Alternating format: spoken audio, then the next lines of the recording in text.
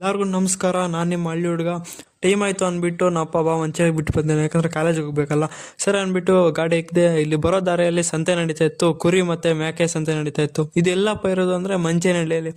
ಮಂಚೇನಹಳ್ಳಿ ಎಲ್ಲಪ್ಪ ಅಂದರೆ ದೀಪಾವಳಿಗೆ ಹೋಗೋ ರೋಡಲ್ಲಿ ಇರೋದು, ಮಂಚೇಳಿ ಹತ್ರನೇ. ಸರಿನಪ್ಪ ಅಂದ್ಬಿಟ್ಟು ನಮ್ಮ ಅಪ್ಪ ಬಸ್ ಸ್ಟ್ಯಾಂಡಿಗೆ ಬಿಟ್ಟರು. ಬಸ್ ಸ್ಟ್ಯಾಂಡಿಗೆ ಬಿಟ್ಟಿದ ತಕ್ಷಣ ಬಸ್ಸಿಗೆ ವೆಯ್ಟ್ ಮಾಡ್ತಾ ಇದ್ವಿ. ಅದೇ ಟೈಮ್ಗೆ ಬಸ್ಸು ಬಂತು. ಬಸ್ಸು ಬರೋ ಟೈಮಲ್ಲಿ ಇಲ್ಲೆಲ್ಲ ಫುಲ್ಲು ರಶ್ ಆಗಿತ್ತು. ಹಂಗಂಗೆ ಮಾಡಿ ಬಸ್ ಎಕ್ಕಿದ್ವಿ. ಬಸ್ಸೆಲ್ಲ ಮೇಲೆ ಸೀದಾ ಬಂದಿದೆ ನಾವು ಗೌರಿಬಿದನೂರಿಗೆ. ಇದೇ ಗೌರಿಬಿದನೂರು ಬಂದಮೇಲೆ ನಾನು ಎಲ್ಲಪ್ಪ ಹೋಗ್ತಾ ಇರೋದು ಅಂದರೆ ITI ಕಾಲೇಜನ್ನು ಮಾಡ್ತಾ ಇರೋದು. ಇವತ್ತು ಈ ಸಲ ಸೆಕೆಂಡ್ ಇಯರ್ ನಾನು. ಇದೇ ಗೌರಿಬಿದನೂರು.